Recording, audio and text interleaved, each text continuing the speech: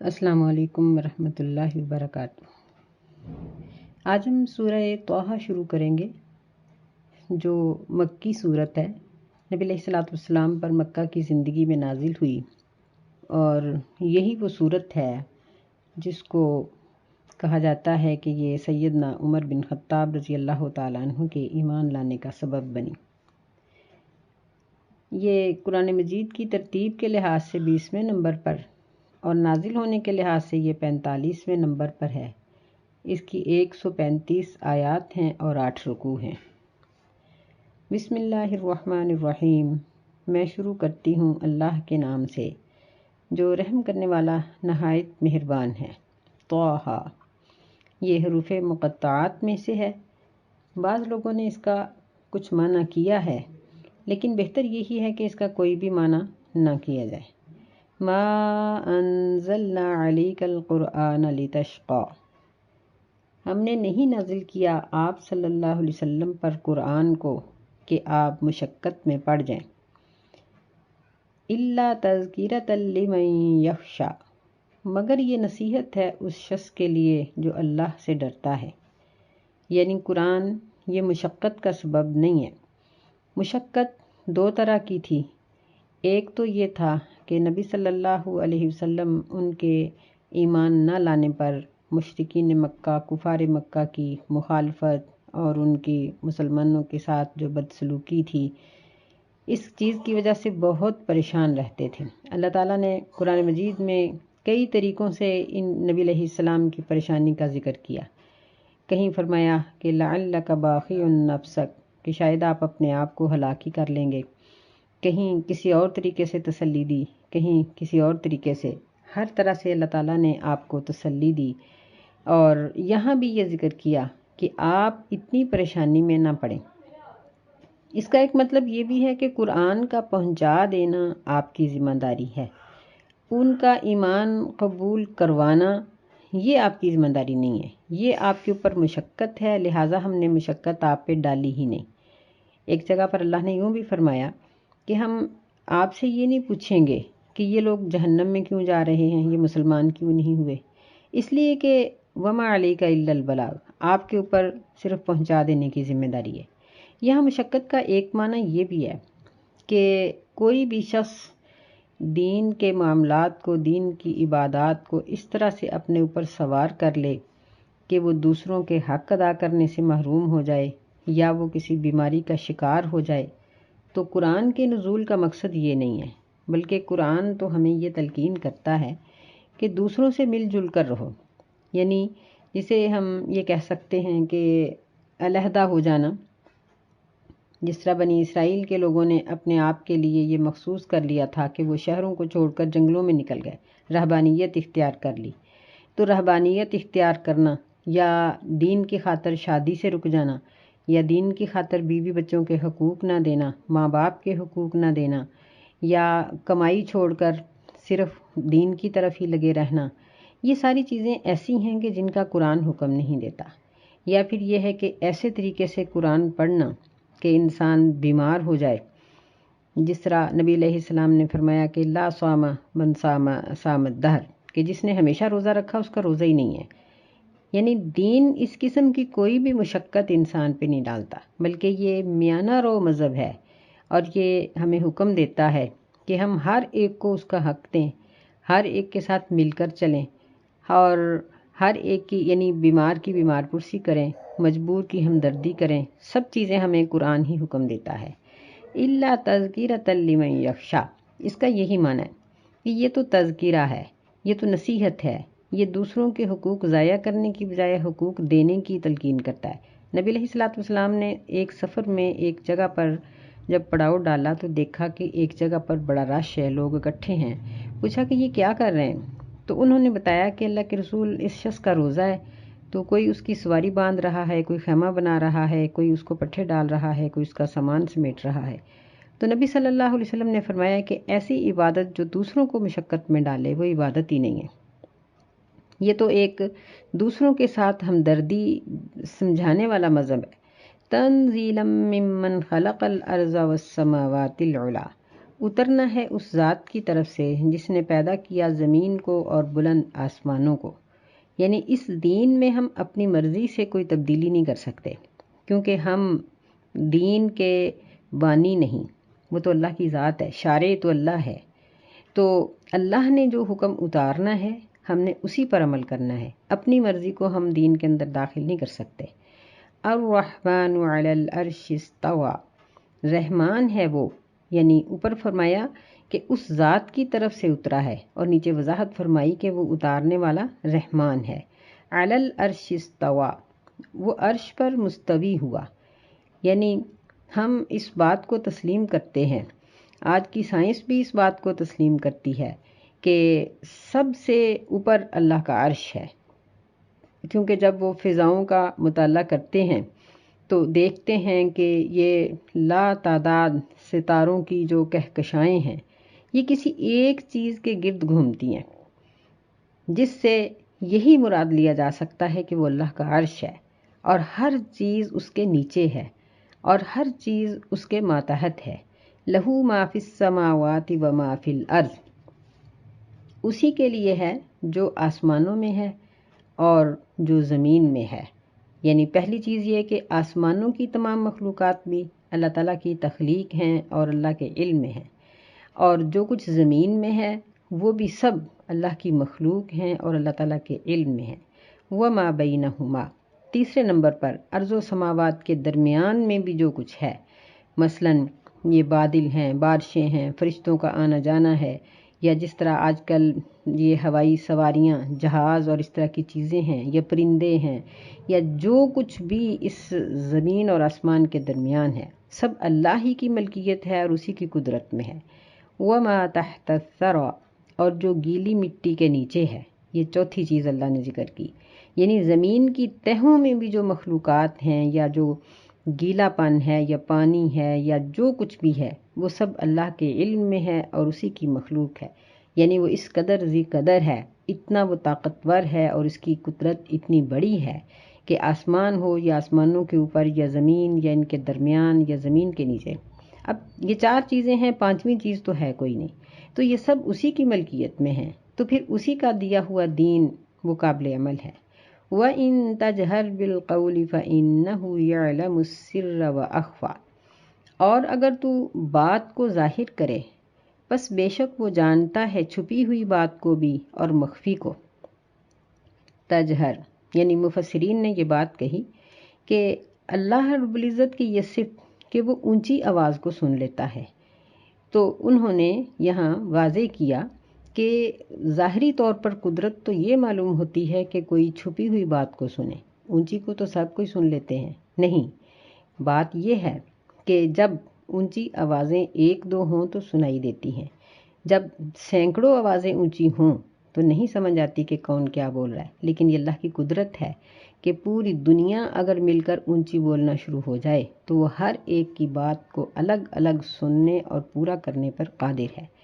پھر سر اس کو کہتے ہیں جو ایک دوسرے کے ساتھ سرگوشی کی جاتی ہے، وہ اس کو بھی جانتا ہے۔ اخفا اس کو کہتے ہیں جو انسان کے دل میں بات اٹھتی ہے اور دل میں ہی ختم ہو جاتی ہے، لیکن اللہ کے علم میں وہ بھی ہے، اللہ اس سے بھی لا علم نہیں ہے۔ اللہ لا الہ الا هو لہ الاسماء الحسنی، اللہ تعالیٰ نہیں کوئی معبود مگر وہی، اسی کے لیے ہیں نام اچھے۔ یعنی اللہ کا ایک نام نہیں ہے، ذاتی نام تو ایک ہی ہے اور وہ ہے اللہ، اور باقی تمام اس کے صفاتی نام ہیں، اور اس کی صفات اتنی ہیں کہ ہم شمار نہیں کر سکتے۔ یہ سب کچھ ذکر کرنے کے بعد، اپنی قدرت کا تذکرہ کرنے کے بعد، اللہ تعالیٰ نے فرمایا وَهَلْ أَتَاكَ حَدِيثُ مُوسَىٰ، اور کیا آئی ہے تیرے پاس خبر موسیٰ علیہ السلام کی؟ یعنی نبی صلی اللہ علیہ وسلم پر مکی زندگی کی جو مشکلات تھیں ان میں آپ کو تسلی دینے کے لیے موسیٰ علیہ السلام کا تذکرہ کیا، کیونکہ جب یہ اپنی قوم کو آزاد کروانے کے درپے تھے، اللہ کی طرف سے ان کو یہ حکم مل چکا تھا اور ایک بادشاہ سے یہ توحید کی ٹکر لے رہے تھے، تو اس وقت ان کے بھی حالات بڑے تنگ تھے، تو اس لیے فرمایا کہ موسیٰ علیہ السلام کی خبر کو پڑھو، کیا آپ کے پاس اس کی خبر آئی ہے؟ یعنی یہ توجہ دلانے کے لیے یہ بات کہی گئی ہے۔ اذ رأى نارا فقال لأهلهم كثوا إني آنست نارا، جب انہوں نے آگ کو دیکھا بس انہوں نے اپنے اہل کو کہا کہ ٹھہرو، بے شک میں نے دیکھی ہے آگ، لعلی آتیکم منہا بقبس او اجد علی النار ہدا، شاید کہ میں تمہارے پاس لے آؤں اس سے کوئی انگارہ یا میں پا لوں اس آگ پر کوئی راستہ۔ یہ وہ وقت تھا جب سیدنا موسیٰ علیہ السلام مدین میں تقریباً 10 سال گزارنے کے بعد اپنے وطن واپس آ رہے تھے اور ان کے بیوی بچے بھی ہمراہ تھے۔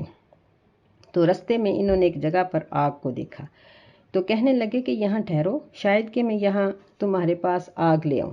یعنی معلوم ہوتا ہے کہ سردی کا موسم تھا یا ان کو کچھ پکانے کے لیے آگ کی ضرورت تھی۔ قبس کہتے ہیں کہ جس طرح لمبی لکڑی کے کنارے پر آگ لگی ہوئی ہو، تو لوگ اس طرح سے آگ لے جا کر اپنی لکڑیوں کو لگا لیا کرتے تھے۔ تو کہنے لگے کہ میں جاتا ہوں تو مجھے کچھ تو ملے گا۔ جب وہاں پہنچے فَلَمَّا أَتَاهَا نُودِيَ يَا مُوسَىٰ، بس جب اس کے پاس آئے تو وہ آواز دیے گئے کہ اے موسیٰ علیہ السلام، انی انا ربک فاخلع نعلیک، بے شک میں تیرا رب ہوں، پس اتار دے تو اپنے جوتے، انک بالوادی المقدس طویٰ، بے شک تو پاکیزہ وادی طویٰ میں ہے۔ یعنی موسیٰ علیہ السلام نہیں جانتے تھے کہ یہ کون سا علاقہ ہے، رات کا وقت تھا، مسافر تھے، تو اللہ تعالیٰ نے خبر دی کہ آپ طویٰ وادی میں ہیں اور یہ مقدس ہے اور اپنے جوتے اتار دیں۔ جوتے اتارنے کا حکم اس لیے دیا کہ بندے کی توجہ خالص ہو جائے اور وہ یہ سمجھے کہ میں کسی عام جگہ پر نہیں بلکہ کسی خاص جگہ پر ہوں۔ وَأَنَا اخْتَرْتُكَ فَاسْتَمِعْ لِمَا يُوحَىٰ، اور میں نے تجھے چن لیا ہے پس سنو جو تمہاری طرف وحی کی جاتی ہے۔ فَاسْتَمِعْ، پس سنو، لِمَا يُوحَىٰ، جو وحی کی جاتی ہے۔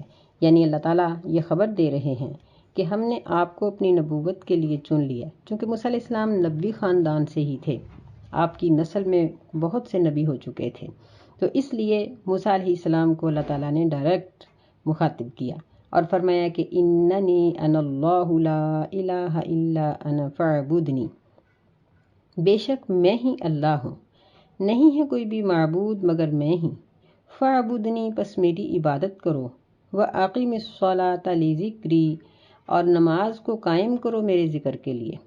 یعنی اپنا تعارف بھی اللہ نے کروا دیا کہ میں اللہ ہوں جو بات کر رہا ہوں، اور مقصد بھی بتا دیا کہ میں اپنی عبادت کی دعوت دے رہا ہوں، اور عبادت کیسے ہوگی کہ نماز کو قائم کرو، لِذِكْرِي، میرے ذکر کے لیے۔ یعنی میرے ذکر کی سب سے بڑی صورت وہ یہ ہے کہ نماز پڑھی جائے۔ ان الساعۃ آتیۃ اکاد اخفیھا لتجزا کل نفس بما تسعی، بے شک قیامت آنے والی ہے، قریب ہے کہ میں اس کو چھپا لوں، لتجزا، تاکہ بدلہ دیا جائے ہر شخص کو اس چیز کا جو اس نے کوشش کی ہے۔ یعنی یہاں اللہ تعالیٰ نے دنیا پر اللہ کی الوہیت کو ماننا اور آخرت پر ایمان لانا، دونوں چیزوں کی دعوت دی کہ آخرت پر ایمان رکھو، اور آخرت کو یعنی چھپا لیا گیا ہے اور وہ یکدم ہی آئے گی تاکہ ہر شخص کو اس کے کیے کا بدلہ ملے۔ فلا یصدنک عنہا من لا یؤمن بہا، پس نہ روک دے آپ کو قیامت کے فکر سے وہ شخص جو اس پر ایمان نہیں لاتا۔ واتبع ہواہ فتردی، اور اس نے اپنی خواہشات کی پیروی کی ہے پس وہ ہلاک ہو گیا۔ یعنی جو شخص آخرت سے غافل ہے، آپ اس کی وجہ سے اللہ کے ذکر سے اور نماز سے نہ رکیے گا، اس کی اتباع نہ کریں۔ مطلب یہ ہے کہ اپنی دوستی، اپنی مجلس کو درست کریں، کیونکہ مجلس کا اور دوست کا بہت گہرا اثر ہوتا ہے۔ اور مجلس، یہ آج کل کئی طرح کی مجلس ہے، انسانوں کی مجلس بھی ہوتی ہے۔ انسان کی مجلس اور دوستی سب سے بڑی میاں بیوی کی ہوتی ہے، تو خاوند نیک بیوی تلاش کرے اور عورت کے لیے نیک شوہر تلاش کیا جائے۔ پھر اسی طرح انسان جو لائن تعلیم کے لیے اختیار کرتا ہے وہ بھی اس کی مجلس ہوتی ہے۔ یعنی ایسی مجلس، ایسی تعلیم اختیار کرو جس سے آخرت کا انکار نہ ہو، ایسا کاروبار کرو جو آخرت کے منافی نہ ہو، جو دین کے خلاف نہ ہو۔ اور یہ جو ہمارے ہاتھوں میں موبائل ہے، یہ بھی انسان کی ایک مجلس ہے کہ اس کو بھی اس طریقے سے استعمال کرو کہ یہ آخرت سے غافل نہ کر دے اور خواہشات کی پیروی میں نہ لگا دے۔ اگر ایسا ہو گیا فتردا، پس ہلاک ہو گیا، یعنی جس نے ایسا کیا وہ شخص ہلاک ہو گیا۔ یہ نصیحت کرنے کے بعد اللہ تعالیٰ فرماتے ہیں وَمَا تِلْكَ بِيَمِينِكَ يَا مُوسَىٰ، اور کیا ہے یہ تیرے ہاتھ میں اے موسیٰ علیہ السلام؟ قَالَ هِيَ عَصَايَ أَتَوَكَّأُ عَلَيْهَا وَأَهُشُّ بِهَا عَلَىٰ غَنَمِي وَلِيَ فِيهَا مَآرِبُ أُخْرَىٰ۔ انہوں نے کہا کہ ہی عصایا، یہ میری لاٹھی ہے، اتوکأ علیہا، میں اس پر ٹیک لگاتا ہوں، وأحش بها علی غنمی، اور میں اس کے ساتھ پتے جھاڑتا ہوں اپنی بکریوں کے لیے، ولی فیہا مآرب اخری، اور میرے لیے اس میں بہت سے دوسرے فائدے بھی ہیں۔ یعنی اللہ تعالیٰ نے یہ پوچھا کہ تمہارے ہاتھ میں کیا ہے، تاکہ موسیٰ علیہ السلام کی توجہ ہو۔ اللہ تعالیٰ جانتے تھے کہ وہ اس لاٹھی سے ایک معجزہ دکھانے والے ہیں۔ اگر ان کو یہ بات پہلے نہ پوچھی جاتی، متوجہ نہ کیا جاتا، تو ممکن تھا کہ موسیٰ علیہ السلام سمجھتے کہ شاید میں نے اندھیرے میں کسی مرے ہوئے سانپ کو اٹھا لیا تھا، جو یہاں گرمائی کی وجہ سے یہاں وہ ہوش میں آ گیا ہے۔ اس لیے اللہ تعالیٰ نے ان سے یہ پوچھا کہ تمہارے ہاتھ میں کیا ہے، کیونکہ یہاں ساری ہی چیزیں خلاف واقعہ تھیں۔ موسیٰ علیہ السلام کا آگ دیکھنا اور آگ لینے کے لیے آ جانا، حالانکہ یہاں تو آگ نہیں تھی، کہ جب موسیٰ علیہ السلام اس جگہ پر پہنچتے ہیں تو دیکھتے ہیں کہ ایک عجیب قسم کی روشنی ہے جو ایک درخت سے پھوٹ رہی ہے، لیکن درخت کے اندر سے بھی نہیں، یعنی اس روشنی کا منبع کوئی نظر نہیں آتا کہ وہ کہاں سے ہے، لیکن ہے ضرور۔ یہ بات بھی بڑی عجیب تھی۔ پھر اللہ تعالیٰ کی کلام، اللہ کی آواز کا آنا، اللہ تعالیٰ کا گفتگو کرنا، یہ چیز بھی بہت عجیب تھی۔ اور پھر اللہ تعالیٰ کا یہ معجزہ عطا کرنا کہ لاٹھی ہے اور یہ سانپ بن جائے گی، یہ بھی بہت عجیب تھا۔ لیکن موسیٰ علیہ السلام کی گفتگو سے پتہ چلتا ہے کہ یہ گھبرائے نہیں، بلکہ مطمئن تھے، کیونکہ اللہ تعالیٰ صرف ایک سوال کرتے ہیں کہ تیرے ہاتھ میں کیا ہے، اور موسیٰ علیہ السلام اس کا بہت تفصیلی جواب دیتے ہیں۔ کہتے ہیں کہ یہ میری لاٹھی ہے، میں اس کے اوپر ٹیک لگاتا ہوں، اتوکأ علیہا، یعنی لاٹھی کو ٹیک کر چلتا ہوں۔ حالانکہ موسیٰ علیہ السلام بوڑھے نہیں تھے، بلکہ اس وقت کے نوجوانوں اور بوڑھوں کا یہ ہتھیار تھا۔ جس طرح آج کل جنگلات میں سے گزرنے کے لیے پسٹل کی ضرورت ہوتی ہے، اس طرح وہ لوگ لاٹھی لے کر چلتے تھے۔ تو اس لیے یہاں موسیٰ علیہ السلام نے فرمایا کہ میں اس سے ٹیک کر چلتا ہوں۔ تیسری بات یہ کہی کہ میں اس سے اپنی بکریوں پر پتے جھاڑتا ہوں۔ چوتھی بات یہ کہی وَلِيَ فِيهَا مَآرِبُ أُخْرَىٰ، اور میرے لیے اس میں بہت سے فائدے بھی ہیں۔ قَالَ أَلْقِهَا يَا مُوسَىٰ، اللہ تعالیٰ نے فرمایا کہ اس کو پھینک دو اے موسیٰ علیہ السلام۔ فَأَلْقَاهَا فَإِذَا هِيَ حَيَّةٌ تَسْعَىٰ، بس انہوں نے جب اس کو پھینکا تو اس وقت وہ سانپ تھا، تسعیٰ، دوڑتا ہوا۔ اللہ تعالیٰ نے یہاں حیہ کا لفظ بولا ہے، ایک جگہ کے اوپر ثعبان کا لفظ بھی آتا ہے۔ اس طرح اس سانپ کے لیے مختلف الفاظ آتے ہیں۔ تو حیہ تو ہر اس سانپ کو کہا جاتا ہے جو یعنی سانپ ہو، چھوٹا ہو بڑا ہو، کوئی بھی کسی بھی قسم کا ہو، اس کو حیہ کہا جاتا ہے۔ اور ثعبان کہتے ہیں بہت بڑے اژدہا کو، جو یعنی بہت زہریلا اور بہت ہی بڑا ہوتا ہے۔ اور ایک جگہ پر اللہ تعالیٰ نے جان کا لفظ بولا ہے، تو یعنی جان کہتے ہیں اس سانپ کو جو بہت ہی باریک اور پتلا سا ہوتا ہے، چھڑی کی طرح، سٹک کی طرح۔ تو اصل میں تینوں کا مفہوم ایک ہی بنتا ہے، یعنی پہلے وہ سانپ بنا اور سانپ اس طرح باریک سا تھا، پھر وہ دیکھتے ہی دیکھتے بہت بڑا ہو گیا، یا یوں ہے کہ موقع محل کے لحاظ سے کہیں وہ بہت بڑا ہو جاتا تھا اور کہیں چھوٹا ہو جاتا تھا۔ فرمایا قال خذها ولا تخف، اللہ نے فرمایا کہ اس کو پکڑ لو اور نہ ڈرو۔ سنعیدها سیرتها الاولی، ان قریب ہم اس کو لوٹا دیں گے اس کی پہلی حالت میں۔ یعنی موسیٰ علیہ السلام کو یہ بات کہہ دی گئی کہ آپ کو ڈرنے کی ضرورت نہیں، یہ اپنی پہلی حالت میں پلٹ آئے گا۔ وَاضْمُمْ يَدَكَ إِلَىٰ جَنَاحِكَ تَخْرُجْ بَيْضَاءَ مِنْ غَيْرِ سُوءٍ آیَةً أُخْرَىٰ، یہ دوسری نشانی اللہ تعالیٰ نے دی۔ فرمایا کہ اور ملاؤ اپنے ہاتھ کو اپنے پہلو کی طرف، یہ نکلے گا سفید بغیر کسی بیماری اور تکلیف کے۔ آیتاً اخرى، یہ دوسری نشانی ہے، یعنی دو معجزے اللہ تعالیٰ نے یہاں عطا کیے، ایک لاٹھی کا اور دوسرا ہاتھ کا۔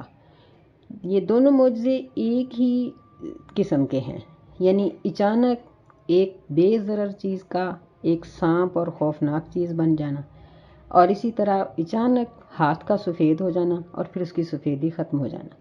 یہ مقصد یہ تھا کہ جو اللہ ایک لاٹھی سے سانپ بنا سکتا ہے، وہ دشمن کو بے ضرر بھی کر سکتا ہے اور بے ضرر کو دشمن بھی بنا سکتا ہے۔ وہ آپ کو فرعون سے نجات بھی دے سکتا ہے اور فرعون کو ہلاک بھی کر سکتا ہے، فرعون کو دوست بھی بنا سکتا ہے۔ ایسے بھی ہو سکتا ہے، کیونکہ یہ بڑے بڑے جو کافر بادشاہ تھے، یہ بالآخر ان کی آگے اولادوں میں سے کوئی نہ کوئی مسلمان ہو جاتا تھا۔ جس طرح نبی علیہ السلام کے بعد کے زمانے میں بھی کئی واقعات اس طرح کے گزرے ہیں۔ یہ کیسر و کسریٰ کے دیکھیں کہ یہ لوگ بھی چلتے چلتے آخر ان کے پوتے پڑپوتے کوئی نہ کوئی مسلمان ہو جاتے تھے۔ یہاں یہ بات نبی صلی اللہ علیہ وسلم کو سمجھائی گئی ہے کہ آپ پریشان نہ ہوں، یہ حالات یکسر بدل سکتے ہیں۔ لِنُرِيَكَ مِنْ آيَاتِنَا الْكُبْرَى، تاکہ ہم آپ کو اپنی بڑی بڑی نشانیاں دکھائیں۔ اذهب إلى فرعون إنه طغى، جاؤ فرعون کی طرف، بے شک اس نے سرکشی کی ہے۔ یعنی سب کچھ سمجھانے کے بعد پھر اللہ تعالیٰ نے فرمایا کہ اب آپ فرعون کے پاس جائیں اور اس کو دین سنائیں۔ موسیٰ علیہ السلام نے فرمایا قال رب اشرح لی صدری، یعنی پہلا سوال ان کا یہ تھا کہ اے میرے رب میرے سینے کو کھول دے، یعنی میرے لیے اس کام کا کرنا آسان کر دے۔ اب ظاہر ہے کہ جس طرح موسیٰ علیہ السلام کے لیے بادشاہ کے سامنے توحید پیش کرنا مشکل تھی، ایسے ہی نبی صلی اللہ علیہ وسلم بھی اپنے وقت کے بادشاہوں کے سامنے توحید پیش کر رہے تھے اور ان سے ٹکر لی ہوئی تھی۔ تو اللہ تعالیٰ نے آپ کو یہ ڈھنگ سکھایا کہ آپ اللہ سے یہ دعا کریں رب اشرح لی صدری، اے اللہ میرے سینے کو کھول دے۔ صدر کا معنی سینہ اور یا کا معنی میرا، میرے سینے کو کھول دے، یعنی وسیع کر دے۔ میری عقل، سمجھ، میری بات کرنے کا طریقہ، یہ سب چیزیں ان میں وسعت پیدا کر دے۔ وَيَسِّرْ لِي أَمْرِي، اور میرا یہ کام آسان کر دے۔ یعنی اس سے معلوم ہوتا ہے کہ نماز، روزہ اور دیگر دنیا کے کام ہوں یا دین کے، ہمیں اللہ تعالیٰ سے آسانی کی دعا کرنی چاہیے۔ وَاحْلُلْ عُقْدَةً مِّن لِّسَانِي يَفْقَهُوا قَوْلِي، اور میری زبان کی گرہ کھول دے تاکہ وہ میری بات کو سمجھیں۔ یعنی یہ تیسرا سوال تھا، کیونکہ کہا جاتا ہے کہ موسیٰ علیہ السلام نے بچپن میں اپنی زبان پر انگارہ رکھ لیا تھا، جس کی وجہ سے ان کی زبان میں لکنت تھی۔ بعض اس کا واقعہ یہ بیان کرتے ہیں کہ ایک مرتبہ موسیٰ علیہ السلام کو فرعون قتل کرنے کے درپے ہوا، کیونکہ موسیٰ علیہ السلام نے اس کی داڑھی میں ہاتھ ڈالا تھا۔ تو کہا گیا کہ نہیں، یہ بچہ ہے۔ تو پھر ان کی آزمائش کی گئی تھی کہ ایک انگارہ اور ایک لعل جو سرخ پتھر ہوتا ہے، دونوں پلیٹ میں جب رکھ کے ان کے سامنے لائے گئے تو فرشتے نے ان کا ہاتھ انگارے کی طرف بڑھایا اور انہوں نے پکڑ کے منہ میں ڈال لیا۔ تو زبان میں لکنت تو آ گئی لیکن ان کی جان بچ گئی، ذبح ہونے سے بچ گئے، کیونکہ پتہ چلا کہ بچہ بچہ ہی ہوتا ہے۔ تو اب موسیٰ علیہ السلام یہ اللہ سے سوال کر رہے ہیں کہ اللہ میری زبان کی گرہ کھول دے تاکہ وہ میری بات کو سمجھ سکیں۔ چوتھا سوال یہ کیا وَاجْعَلْ لِي وَزِيرًا مِّنْ أَهْلِي، اور میرا ایک مددگار بنا دے، میرا وزیر بنا دے میرے اہل میں سے۔ ہارون اخی، ہارون کو بنا دے جو میرا بھائی بھی ہے، کیونکہ بھائی سے زیادہ ہمدرد تو اور کوئی نہیں ہوتا۔ اس لیے انہوں نے کہا کہ اللہ میرے بھائی کو ہی میرا ہمدرد بنا دے، میرا وزیر بنا دے، میرا ساتھی بنا دے۔ اشدد بہ ازری، مضبوط کر دے اس کے ساتھ میری قوت کو۔ واشرکہ فی امری، اور اس کو میرے معاملے میں شریک کر دے۔ کئی نسبحک کثیرا، تاکہ ہم تیری بہت زیادہ تسبیح بیان کر سکیں۔ یعنی میں اکیلا جتنا کام کروں گا، دونوں مل کر ہم اس سے بہت زیادہ کریں گے۔ وَنَذْكُرَكَ كَثِيرًا، اور ہم تیرا ذکر کر سکیں بہت زیادہ۔ إِنَّكَ كُنتَ بِنَا بَصِيرًا، بے شک تو ہمارے ساتھ دیکھنے والا ہے، یعنی ہمارا ہر عمل تیرے علم میں ہے۔ اس دعا سے یہ بات ہمیں معلوم ہوتی ہے کہ انبیاء علیہ السلام نے بھی اللہ ہی سے مانگا، اور انبیاء عالم الغیب نہیں ہوتے۔